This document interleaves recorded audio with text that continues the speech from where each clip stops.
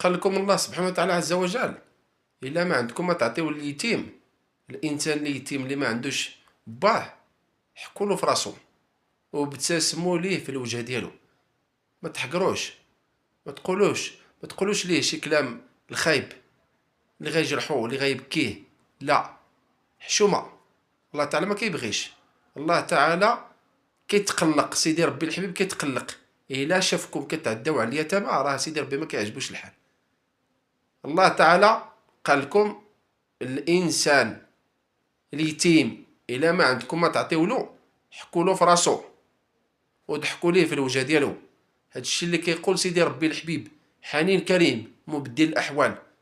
وربما داك اليتيم يكبر يولي غني بالقدره الالهيه، اللي كنت كتحقر انت، اللي كنت كتعدى عليه انت، اللي كنت انت كتديرو ديالو، يكبر يولي غني بالقدره الالهيه، لان الله تعالى حنين كريم مبدل الاحوال.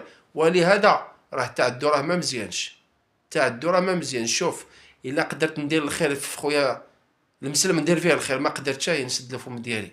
هادشي اللي كنعرف انا. وتبارك الله عليكم، الله يحفظكم، الله يكثر خيركم. راه كلشي فايت.